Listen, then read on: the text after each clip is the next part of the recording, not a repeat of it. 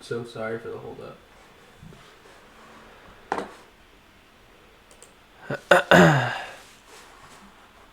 All right, cool.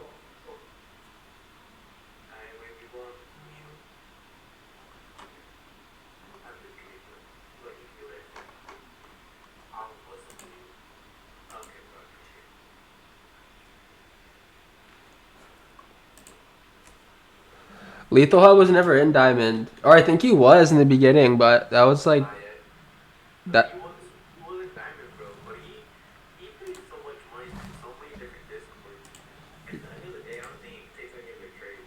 Yeah.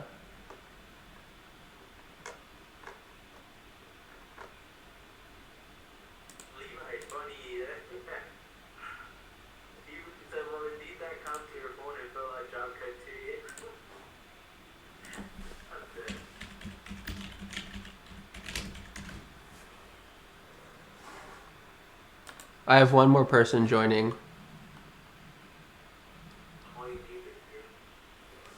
True.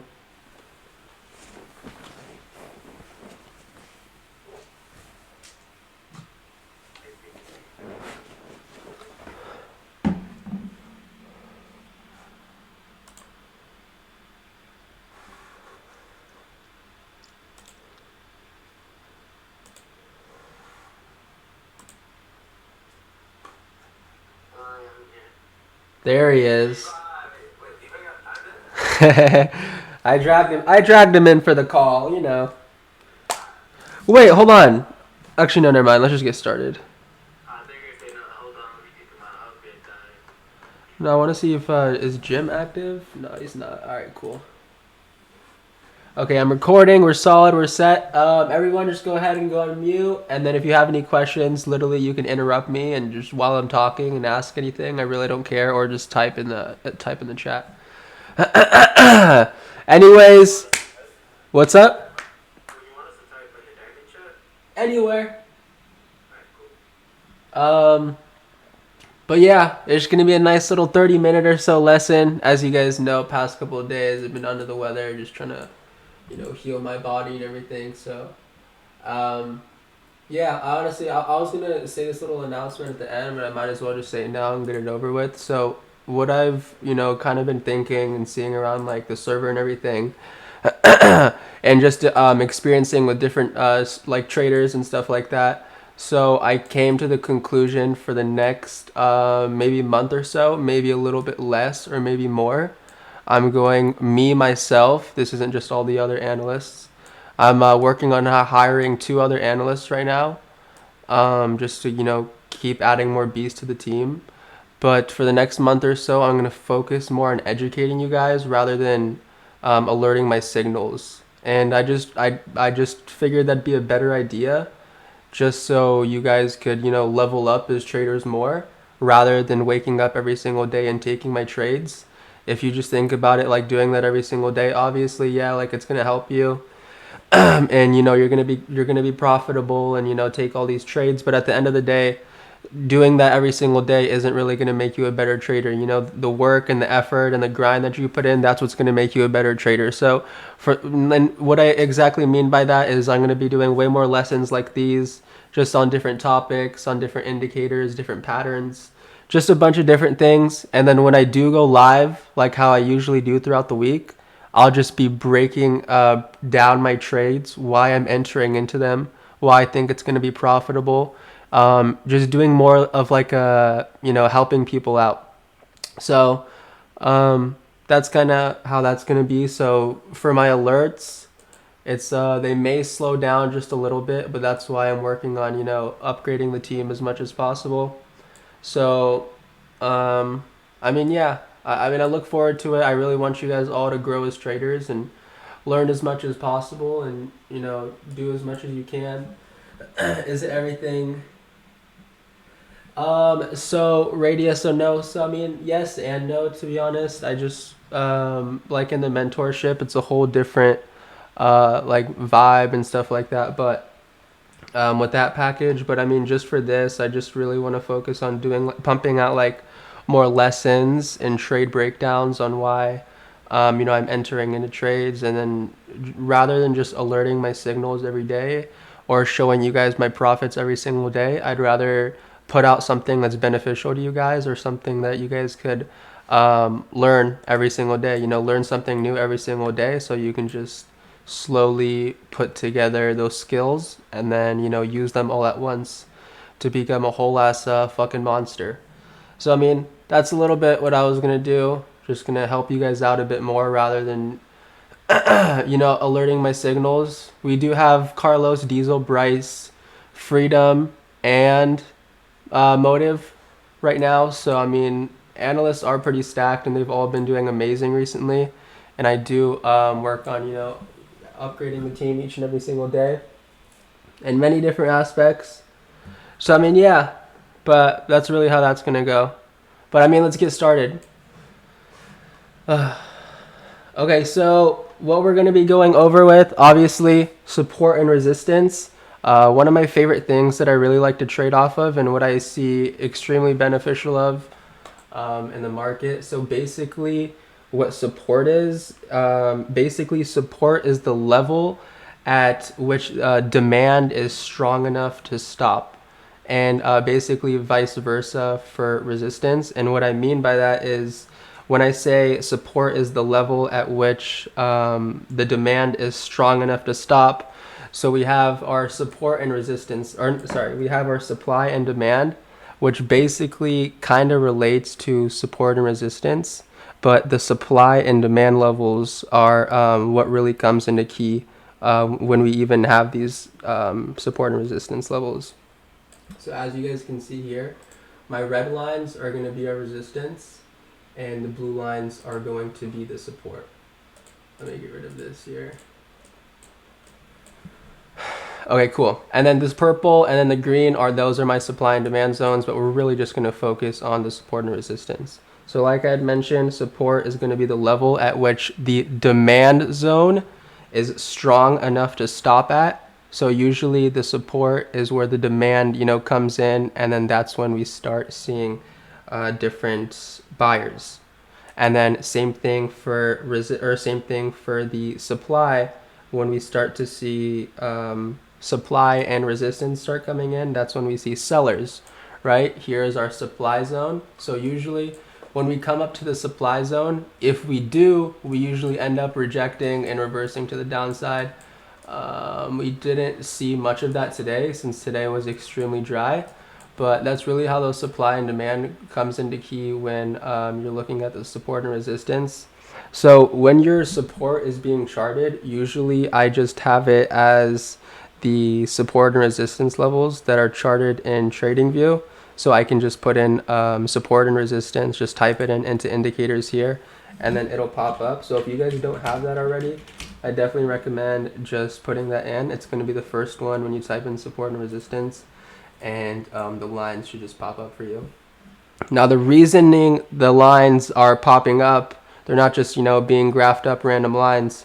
So you can see when we do have different support or resistance levels being charted up, that's when we are seeing certain highs or certain lows during a trading period. So let me see here. So as you guys can see right here, let me circle it for you.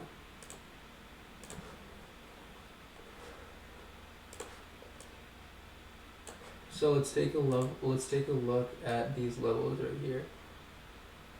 So also when you're looking at support and resistance, it gives you a really good idea of the price levels that we're trading within. So you can see right here, we have our resistance at the top and support at the bottom. So our support and resistance, those prices are going to be the levels that we're trading within. If we do end up coming above or below those prices, we'll have a significant pop to the upside or the downside. Now that significant pop isn't always 100%, but it's definitely a better it's better, like a way better, how do I say this? Like you can identify it way more, and you have way more confidence in your strategy if you see a support or resistance break. Now, an example from this, you see we came up to our resistance. Instead of rejecting it, This is actually our supply zone right here. So instead of rejecting, we actually broke above the resistance. We got up nicely, pumped up, had this red candle, but still we rejected below this resistance and then still came up to the upside. Now also, when you come up above your resistance, that resistance level that you just broke now becomes your support. So right here, we came up, we broke it right here. Hold on, sorry.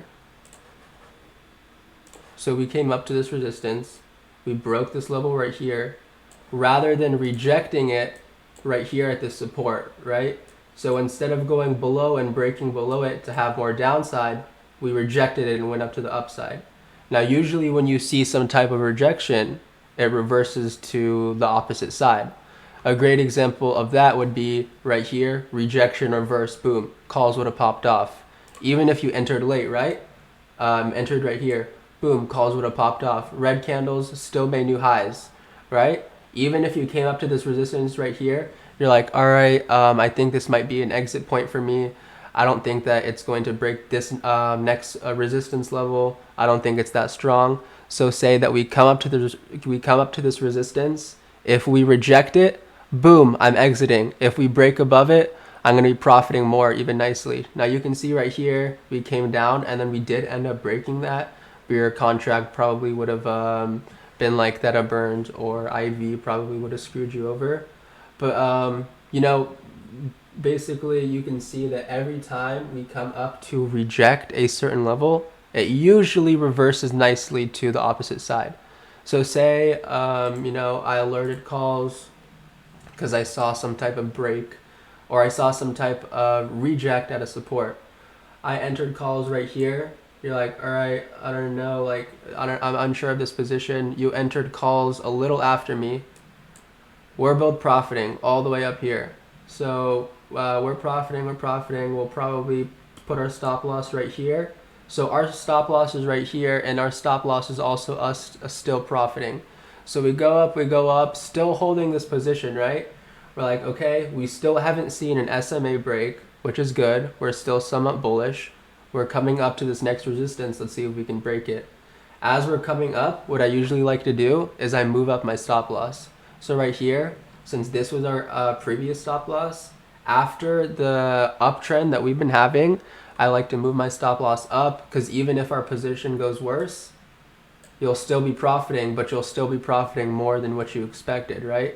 So as you go up, I move my stop loss up. So say instead of having my stop loss all the way down here, I move my stop loss up because I see that there's more upside in the stock, and I see that if my position does go bad, I can still take profits and take profits at a reasonable price.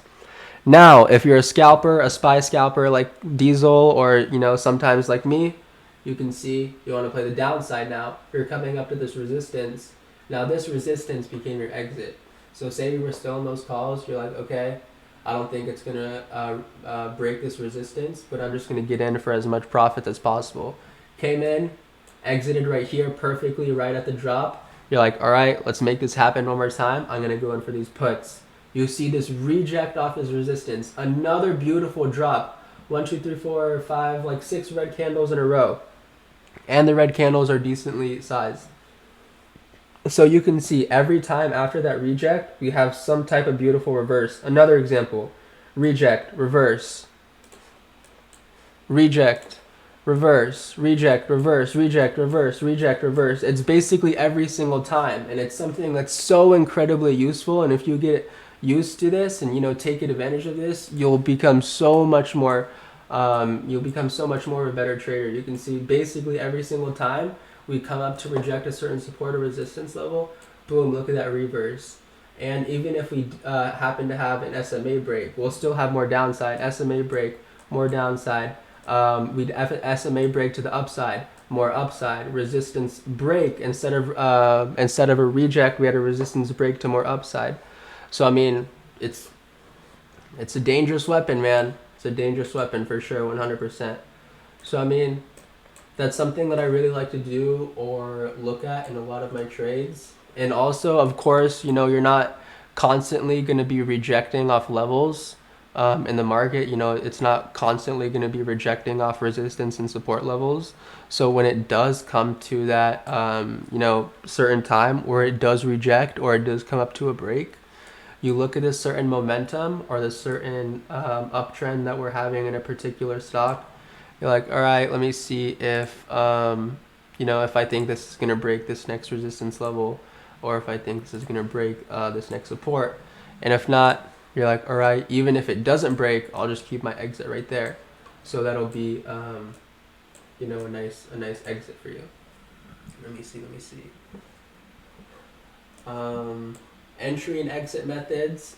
So I mean, so support and resistance is definitely one of my big entry and exit methods. Another big one is at market open. Market open is usually one of my favorite times to trade and take my trades, just because all the volatility.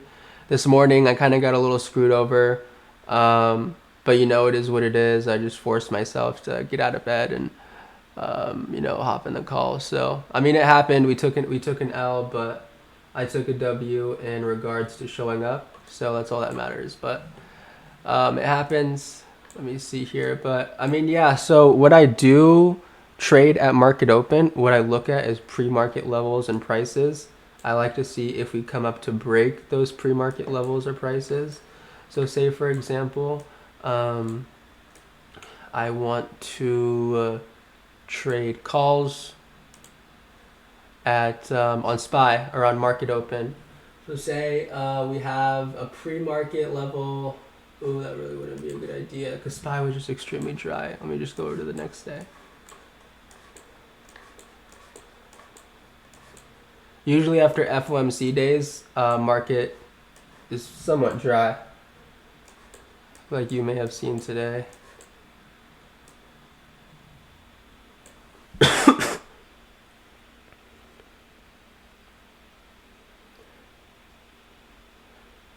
Okay, I mean, this is somewhat of a good example. So say that I'm looking at pre-market prices and I want to get into some calls.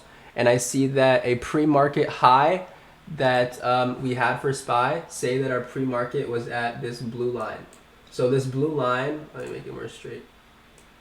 Oh, wow, that's all right. So this blue line is going to be our pre-market high at this candle right here. So since that's our pre-market high, I'm going to wait for a break above this pre-market high. This isn't the real pre-market high, but I'm just saying, for example, I'm going to wait for this break above pre-market high, and then I'm going to enter into those calls. Not so much of a big pop, but usually most of the time it does end up working, just depending on the levels that you look at and whether we're bearish or bullish, because in pre-market you're going to have high levels of pre-market and low levels of pre-market. So make sure that you just look at those prices and determine, you know, the highs and lows of pre-market. And if we do end up breaking those prices around market open, we do end up seeing, you know, a nice down or upside in that stock or whatever you're particularly trading. So that's also a really good thing that I really like to do. Pre-market is also really underrated when it comes to, you know, trading or looking at. It's basically like another key support and resistance level. You're just kind of looking at the levels that we traded within pre-market. If we do happen to break those, break it above or break below, we'll see a nice drop or pump to either side. So that's another thing. Also, in most of your positions, you know, don't be scared to take profits, whether it's small. Everyone doesn't start off trading with 3, 5, 10 contracts at once. You know, everyone starts trading with 1 contract, 2 contracts.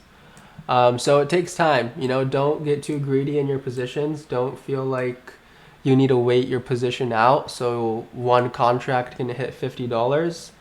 So just, you know, always feel free to take profits, whether that's as small as a couple dollars or $10 or 20. Just grow your account, get that experience that you need to just close out those green trades, and then you can consistently boost up your confidence and your knowledge in trading, and that'll make you more confident in your trades. It'll make you like give you a better idea more of what you're doing, and it'll also build up your buying power if you can just consistently build up those small green trades, Because say you're in these green trades and you're holding them, and I'm sure many of you have been in this position. Say that you're in a position, you're up 10, 20, $30, maybe even more, and then it drops down and you get shit on, right? And you're like, man, I should have sold. Man, I should have took profits. Like, I know 100% that's happened to one of you guys. Oh yeah, 100%. It happens to me all the time too. So I mean, as a trader, you're gonna make mistakes, and you need to know that. Everyone makes mistakes. All the pros make mistakes. Professionals make mistakes, and that's just in everything. You know, everyone makes mistakes in life. No one's perfect. So, you know, it happens, man.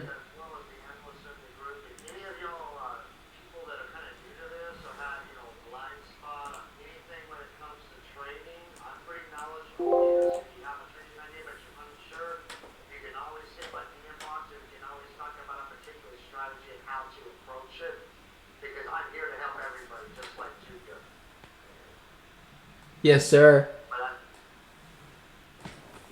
Appreciate you, brother. This is the man Levi. If you guys don't know Levi,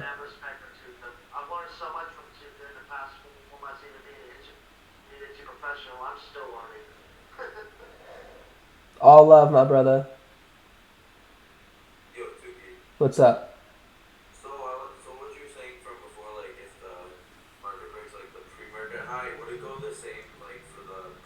Yes, correct. So say that if we broke pre-market lows, we'll have a nice, continuation to the downside. Not meaning that we're always going to have some type of big red candle drop like this. It's definitely possible, but we'll definitely have some continuation to the downside, and it's something that has consistently worked for me. And even if we don't break pre-market highs or lows and we don't see the drop that we were looking for, just be patient, don't force it, and then just wait for your next plan or, next strategy to just come in. Also, another main thing is have a strategy, you guys, whether that's just like enter, exit, stop loss strategy, like write down a strategy, put a notebook or a paper, preferably a notebook, right in front of you on your desk. I don't want you guys trading in bed. I want you all to start getting used to trading, wherever it may be. Just get up out of bed. Don't trade in bed. Please don't trade in bed. I know it's comfortable. I know you guys are tired. I have to wake up every single day at 6 a.m. PST. So you EST guys are lucky. I don't want to hear you guys complaining. So everyone, get out of bed, or if you're trading at school, that's fine. Get it done. It's possible. Just figure out a way, but you'll feel way more, into it and like confident if you're trading on your desk or you're trading on your computer. You have your charts and everything in front of you that you need to look at, and yeah, 1 sec, I need to answer this call. I'm so sorry. Hi. Have you taken your pill? Huh? Have you taken your pill? Look. Why haven't you taken it? You were on the fucking toilet like an hour ago.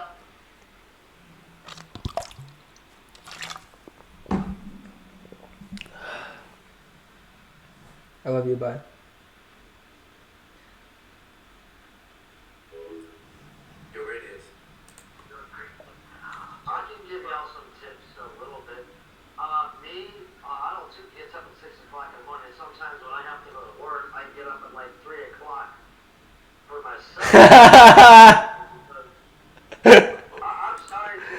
I'm dead.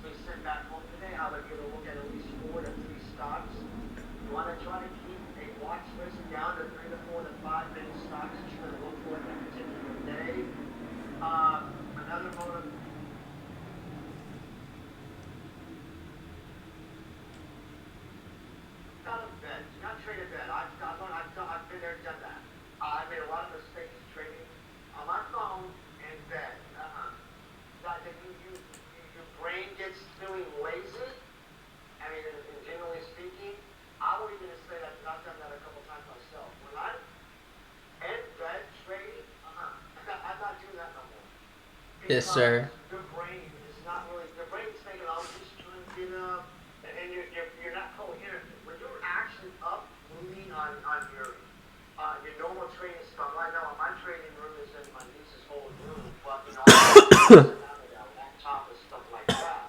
But generally speaking, just try to keep focused on just mainly normal stocks that you're trading on every day, or just look for something like 3 to 4 every other day, and just plan it out. I mean, if it doesn't look like it's a good trade for you that day, just keep looking and see if you can find potential trades there. See the price and everything technically. Yes, But other than that, sir. that's about it. W.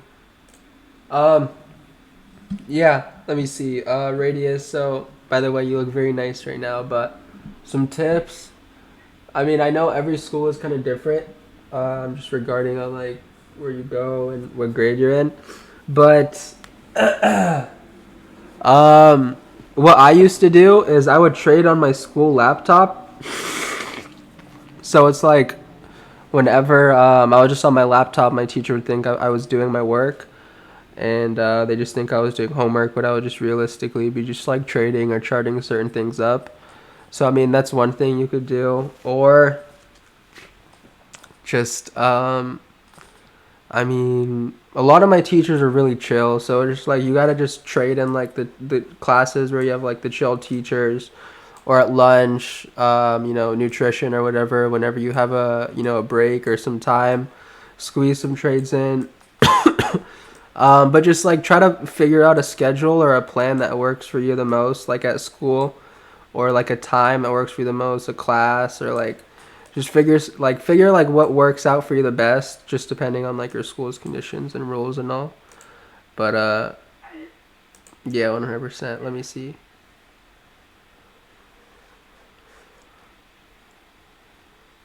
What is VPA?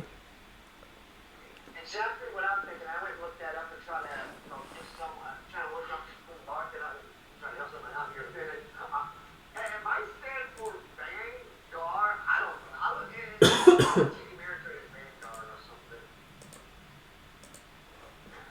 Vanguard Index or something. Yeah, I don't know. Well, it's probably not one of those stocks that would be trading on TD Ameritrade. Oh, I think volume price TD analysis. Ameritrade. Okay, I'll definitely get into that. I know I had one more person I wanted to get into, like volume and stuff like that. Oh, okay. Now I get it. Okay. You get it, Yeah, Levi? those. Yeah, that's a good one actually. Volume. I don't like the. I've heard of all kinds of indicators. I just prefer to stick to what I've got. But I mean, it is kind of cool though. David, I Very use interesting trade. Oh, sorry, Levi. Oh, volume price analyst. Yeah. Oh, okay. That's what. I'll get into that in a sec. All right. Anyways, David, I use just an SMA. I only use one, and I use just the 20 SMA. People use like the 50 and 100 and 200. I personally just like sticking with the just a simple moving average and the 20.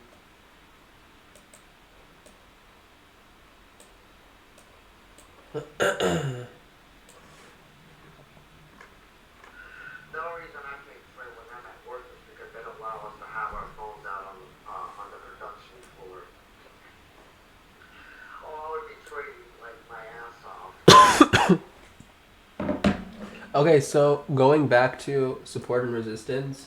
So another good thing for when you're in your positions and you're looking for you're looking when to exit or when to take profits. You're not sure of how far the stock's going to move up or down.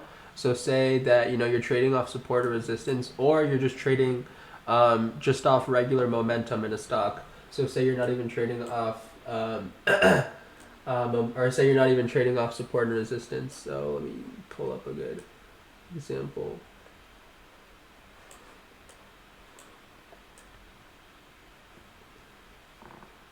So just going back to like right here, basically. So let's say that you saw SPY being bullish, and you just want to go in for some calls or whatever it may be. You saw a break above SMA. You saw a break above VWAP. Things are looking good to you. Trend line break, whatever it may be. This is also a good trend line break right here. If I can chart it up here.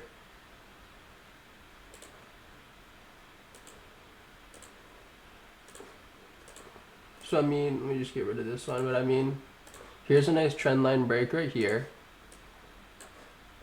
Bro, my circles are ugly today. Oh my god. That was a nice circle. You guys can't lie. Anyways. So, say you enter calls right here. Basically at this SMA break. This simple moving average break. You entered calls. You're like, alright, I'm already up nicely right here. I'm basically just going to keep my stop loss right here. So I'm up nicely right here. You're like, all right, like I don't know what to do. I'm stressing. Should I take profits? Tukey, what do I do? Should I exit this position? Tukey, diesel. So basically, this resistance is going to be a key exit level for you. So you're coming up to right here. Say you came down to right here, which honestly, it would have broke my stop loss. So in this type of situation, depending on my position, because sometimes I won't have my stop loss manually set. I'll just keep it at a certain candlestick, or I'll keep it at a certain price, because setting that all up and entering like a position all at once gets a lot, especially when I have to alert at the same time. So I'll just have a manual stop loss. So say we came right here, we had this candle drop, but we were still above SMA, right, which shows us bullish momentum. So we were still up. I'm like, all right, I'm gonna hold because I'm still profiting. Radius. You're like, all right, I'm gonna hold because it's basically I'm still profiting, because if you exited or if you entered right here, at this line right here, if you entered right here, you came up to about right here. You're still profiting, nothing crazy, but you came all the way up. You're like, all right, this is gonna be my exit if we reject. So you came up, you saw a little break, you saw it basically consolidating, and once you see consolidation after a certain type of uptrend or a certain type of downtrend, usually that consolidation leads to a consolidation break. So a nice pop up to the upside, and then that resistance that we rejected off of would be an exit level for you. So you right entered right here, not even trading off support. Even if you entered off that support reject, that would have been amazing entry. But still, you got it right here, which isn't bad at all. You came up to about right here, and then you dropped down, but you stayed confident in your position because we didn't break SMA. Worst case scenario, if we did break SMA, that was where we entered, so that's basically where we broke even. So worst case scenario, you're not losing any money, or it's just a small loss for you. You came up, then you bounced back up to the upside. You're like, all right, nice. I'm profiting nicely after this pump. This is 371.94 all the way to 372.77. So almost a $1 pop, which is pretty nice. You came up. You're like, all right, if we reject, I'm gonna get out. But we broke up to the upside after that consolidation. You're like, okay, I see this consolidation right here after this continuous upside. I'm going to wait, see if we have a nice little pop above, which we did. Then came up to this resistance. You're like, all right, momentum slowing down. I'm going to exit out here. Boom, amazing profits. And you guys are wild. And nice position to, trade off of it and exit to look at. Another example, say you're playing puts and you want to look for an exit on the downside. For example, you took puts right here at this resistance reject. We rejected off this resistance. Oh my god, why are my circles like this? We rejected off this resistance. Usually, we don't break two resistances so quickly, so within a certain trading period. And if we do, it's just pretty bullish. Stock's looking pretty bullish. Momentum is looking bullish. When I say momentum, I just mean by the strength of the certain candles that we're having, and the strength, the size, and just the amount that we're pushing up, and not making new lows. So say we're continuing to make higher highs and continuing to push up, that's basically us, having nice high momentum. So you entered right here for puts, and you wanted a valid exit point because you didn't know where to exit or when to take profits. You came down. You're like, okay, this is going to be a key level for me to exit in my position. Let's see if we come down to break below it and have more downside, or if we reject, I'll just get out of my position and secure nice profits. So from right here to right here, nice beautiful scalp. We rejected off that support, which is what you expected because you didn't think it would break down to the downside more. We rejected, and you got out of that position, took nice profits, called it a day, and you just so that's a nice exit point. So let me see. So those. This morning was a good excellent example too, because we had that. Now I was watching this buy off throughout this morning a little bit when I was going throughout the afternoon. That was a little nice little dip we had. Two candle dip and then a two candle up somewhat this morning. So yeah, that was a good little move we had, but I could take the trade. I wanted to so bad. I just didn't have the time to chart it. For the charting, I just didn't have time to execute. But yeah, this morning was a really odd one, bro. Yeah, one definitely. I'm glad to hear you're feeling better though. Oh, thank you. Yeah, I definitely am. Just make sure you keep that vitamin D and vitamin C in your system. That helps your immune system a lot. I take a lot of it in my mind. I keep taking stuff like that around this time of year because it's flu season. Yeah.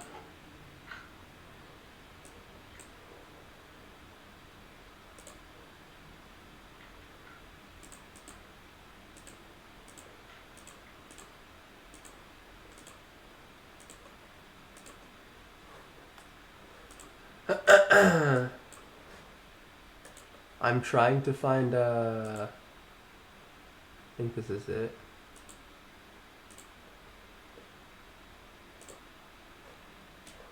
What indicator do you guys use to look at volume with the candlesticks? Oh, me? I use the V-Block and a couple others, but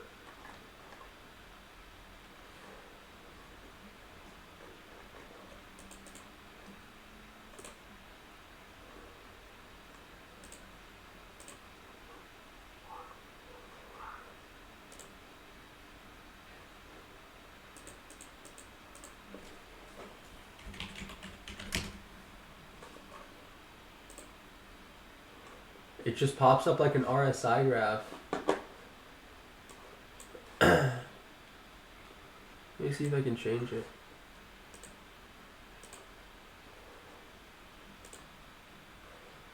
Someone in chat just says the one that says volume. I don't know if you clicked on that one. Oh, okay, I got it. hey, that was I got it. I got it. I got it. I don't know. That was weird. I've never heard of it. I've not used it, but I'll probably do some research about it. Dig it up on YouTube. I'm always looking for news. But I'm pretty confident with the way I've got my indicator set up.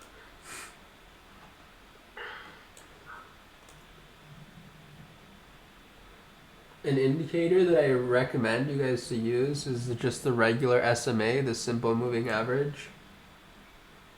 I'll go over that in a bit. I mean, some people will. I'm comfortable using the Bill Williams for EMAs because they're only using the moving averages. But then it takes a little bit of studying before you actually know how to use it properly. But it's still not difficult to use once you break it down. I don't like it for trend indicated.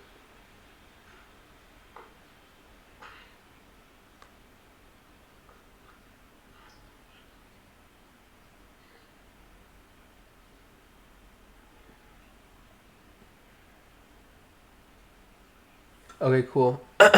So Um, I don't use volume much on my graph, but it's definitely something that's really good to pay attention to. I used to use it a lot, to be honest, but I kind of slowed down with it. Basically, what volume means, it's just the number of shares or contracts that's being traded in a particular stock at a certain time. And it really just gives away market strength, market weakness, just depending on the certain. Market sentiment. Yeah, market sentiment would be another word to say as well. Yes, I can. But yeah, it really gives away market strength, market weakness, and basically what it means is just a certain amount of numbers or sorry, certain amount of shares or contracts that are being traded in a stock, in a futures, or whatever you're trading. So usually, whenever we see the most volume throughout the day, is going to be in the beginning of the day. Right here, you can see we had a bigger volume bar than most, or basically than others. And then if I go to the end of the day, you see all these volume bars right here. And we had another big volume bar at the end of the day. Now the reason that is why we see high volume at the beginning and end of the day is, Levi, are you able to mute yourself? Levi? Sorry. No worries, you're good, Levi, you're good. Um, so the reason that we do see high volume at the end and the beginning of the day, usually at the end of the day, there will be lots of buyers or sellers coming in, usually buying contracts to swing in the next day, buying shares, buying options, whatever they're buying. They're just loading up. Usually it's the bigger banks, the hedge funds, institutions, bigger people like bigger shareholders, people like that. So that's usually what kind of adds up to make that volume all kind of pop up at once. So so at the end of the day, at the beginning of the day, that's when the most volume comes in, because at the beginning you see lots of people either getting out of their positions that they're holding, or they're entering into positions that they think will be profitable, and then vice versa for the end of the day. There will be high volume for people wanting to swing their positions, or people selling their positions from expiration dates, from them taking profits, whatever the case may be. Now, basically, volume, it's an indicator in a way. Um, so how you can trade off it, how you could look at it, determine market strength with it, is the color of the candles, the size of the candles. The size is really going to be what's most important. So usually when you see bigger candles like this, um, when you see bigger candles like this in volume, you have a nice pop up, right? It was a nice green big candle, and right when we had this big green candle, we had a nice pop up, right? Came up to that resistance. If you would have played calls above this SMA break, broke this resistance, and like I had mentioned earlier, you're not always gonna break two resistances so quickly. So if you do break a resistance, watch for that next resistance to be that exit level for you. So always be sure to watch that. Now, so you see that we do have a larger candle than others. So what that means is there's buyers, right? There's lots of people buying into this position, buying into calls, buying into for whatever the people that may short shares into SPY, or whatever the case may be. There's people just buying in, lots of buyers, lots of volume that's being built up together, and all of that volume builds up to start pushing the stock up, right? And vice versa for when the stock starts to reverse, you're gonna start seeing those candles start being a little bit smaller, start looking red rather than being green, and that's what's going to give you that bearish sign rather than that bullish sign. So when you see these green candles, for example, right here, nothing crazy like the last one. Today was dry. I'll try to go to another day. But you can see right here at this green candle, which is significantly sized than others, you can see that we did have a nice pop up and an SMA break. Nothing crazy, but if you're scalping for if you're scalping for small profits, or you're entering into a position large, just hoping to get like a couple $100 out of it, there's your nice position right there, and then you exit whenever you feel free to take or feel safe to take profits. Now, another example of today, I'm gonna go on to a previous day because today was dry. Actually, I'm gonna go over a red candle. Another red candle right here, significantly sized more than others. Reasoning is sellers in the market, people selling their positions. SMA break as well here too. Usually when we see an SMA break, we have significant or somewhat of a downside or upside depending on how we break it. So you can see SMA break, high volume, high selling volume, so volume to the downside. I'll also go over candlesticks in a bit too, but that's that. Let me go to a previous day.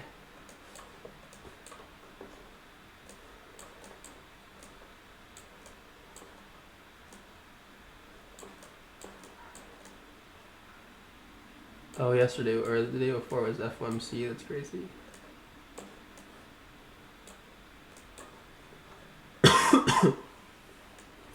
So this was on Tuesday, which is a lot more chill than yesterday and the day before. You can see that is next day, yeah.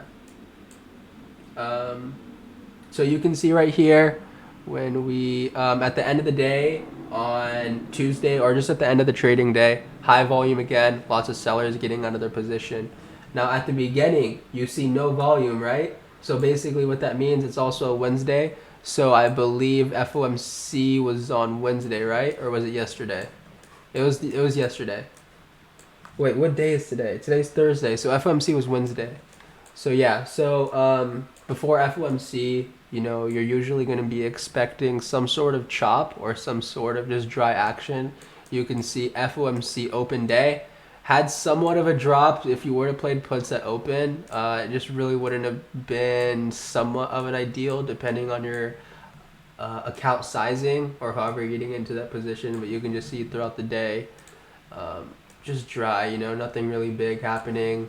And then at 11 o'clock was when, we went wild and popped off. If you played calls correctly, you banked. And then if you played puts correctly, you banked. Just depending on the the certain direction that you caught it in. Going back to the volume though, it just really depends coming down on the sizing of the volume because that really just tells you the amount and the type of buyers that are in this certain position and how many people are in this certain position in hopes for it to go up. So you see even at this big green candle, something like this, we still had some consolidation, broke SMA, but you can see this support. Say I would have been in calls. Where's this volume line? Okay, so say I saw this big volume line, and all right, I'm like, okay, I see lots of buyers. I see, bullish momentum. You can see right here a bunch of green candles and a nice pop to the upside. But you can see this green candle. It's basically where this resistance was. We rejected that resistance. So say you would have taken calls like right here, and it did reject your resistance. Say you would have held through and had your exit at the next support. So say we charted up our support, which is right here. So here's our next support. So your exit is that support level because that's a key level that we need to break in order for us to start being bearish rather than bullish. We rejected that level, which gave us more confidence in our position to stay in and to stick with our plan in hopes that our position will be correct and will be profitable. We stayed in, rejected breaking SMA. We're like, okay, let's see what happens. I'll see you later, David. We'll see what happens. We came down to support again. We rejected it. Usually when we see rejections more than twice or more, that could usually lead to some type of break to the upside or downside, just depending on where it's rejecting at. that could be a really good indication. But say you're still in calls because we keep on rejecting this key support level. You're still in calls. Boom! Beautiful pop to the upside. Beautiful pop to the upside. You're still in. You're still taking profits. And then this is when FOMC started. So I mean, if you wanted to hold while FOMC started, that was up to you. But still, if you would have just held up to about right here to right where FOMC started, you still would have been profiting nice. If you just depended solely on trading off volume, which really isn't bad at all.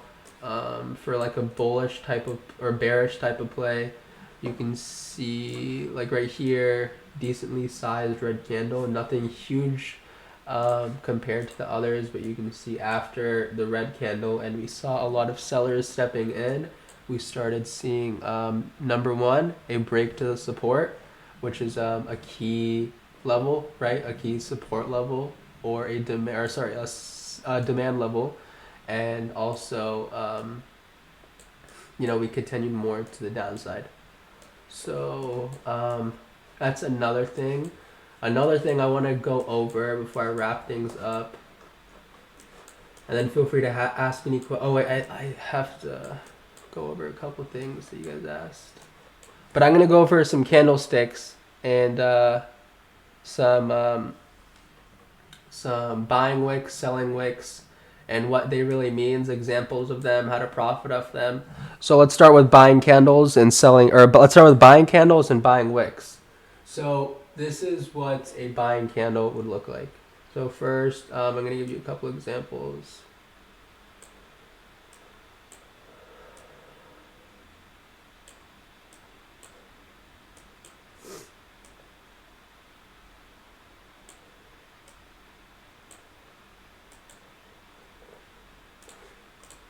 So these would be great examples of buying candles or buying wicks. When I say buying wicks, right here, the wicks are the lines, right, connected to your candlesticks. Those are your wicks.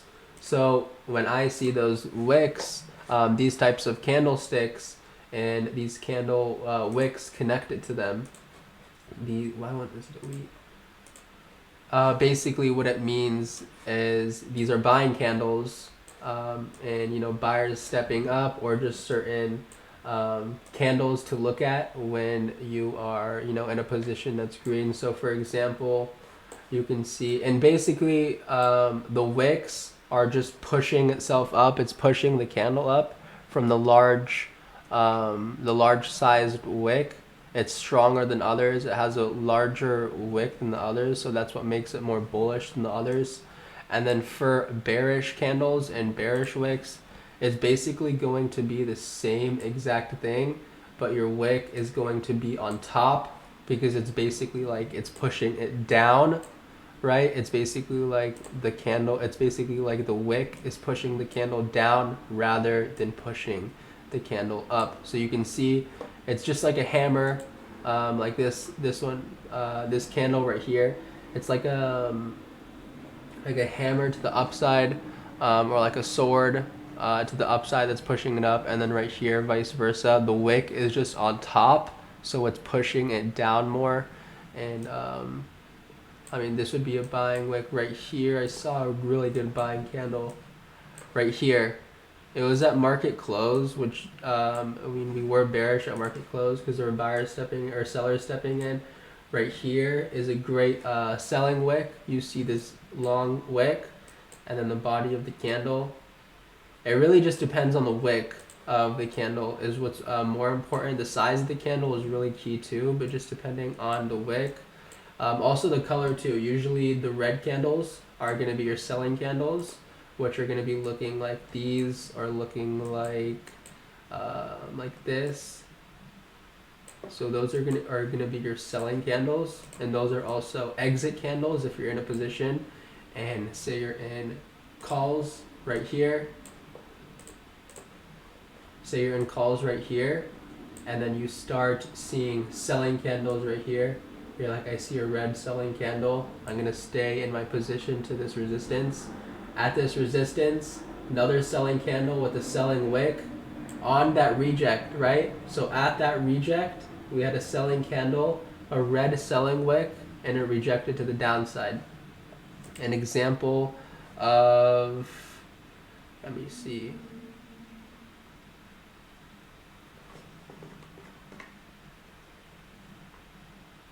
Yeah, I said in the beginning, Wavy. Hold on, I'll say it right now again. An example of a buying wick. You find a good one here. Sizes of a candle too depend on like buying candles.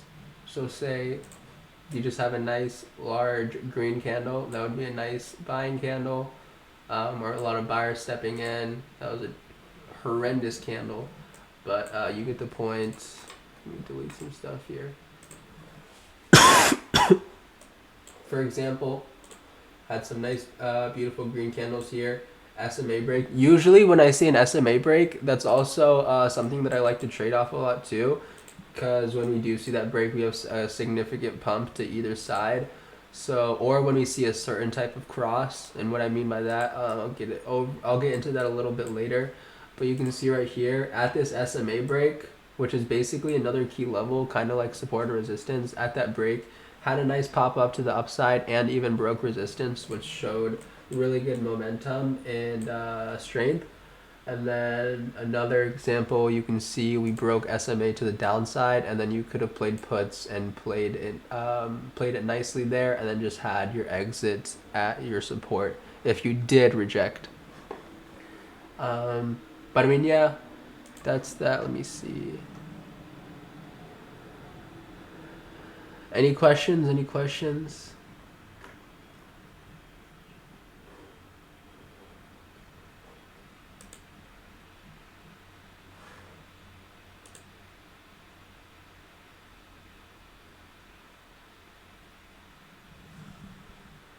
All right, I think that's solid. Let me see if there's anything else.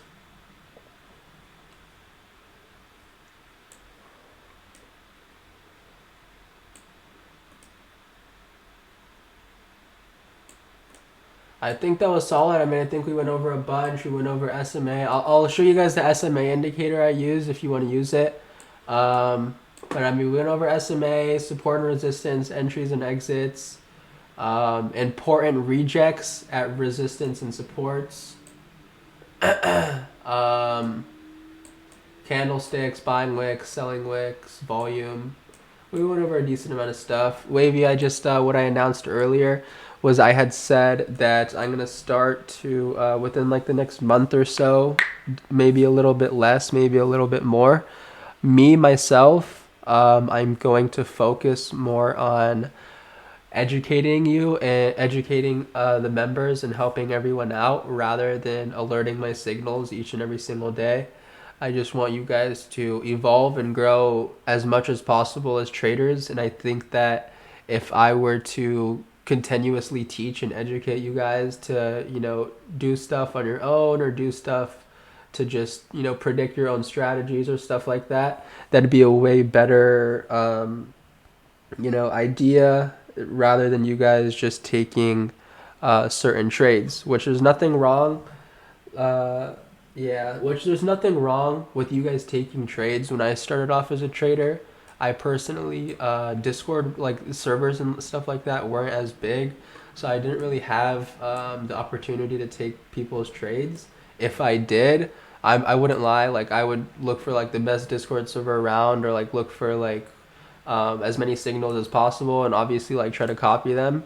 Because as a beginner trader, there's nothing wrong with that whatsoever. There's nothing wrong with sharing ideas with other traders. That's what you want to do. You want to share trades with other people. You want to share trades with your team, your family. Like you want to wake up every morning and trade like with your family type shit. Like you want to just build that bond, build that vibe that you can just wake up with your boys, wake up with your team, trade and bank each and every single day, have an educated team of like-minded individuals, and then just like grow. So I mean, that's the goal, that's the plan. But I mean, just look forward to a lot more education rather than me just alerting. So I'm gonna focus way more on helping you guys rather than just alerting, because obviously you guys will make money off the alerts and signals that you see off the server, But I want you guys to grow. Like I want you to become better traders, and I eventually want all of us to, become a whole ass team. Just take over the whole world, take over the Discord community, and just take over like the trading community as a whole, and just like prove the whole world that we could do it, type shit. But I mean, yeah, yeah, 100%. I appreciate that, boys. Let me see. I know a bunch of people left. They had to get out of here, which is cool. They messaged me, but for the couple people that are in here, would you say the call helped? Brought some value to you? You'll try to use some of this stuff throughout the next couple of weeks. Yes, sir. I'll love my boys. Thank you, thank you. I should be solid by next week 100%, but I'll be good tomorrow. You there, Levi? You're on mute, Levi.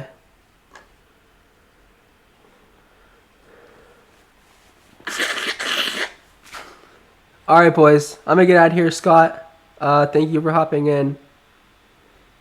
I will see you guys tomorrow morning. Have a good rest of your night, and I love you.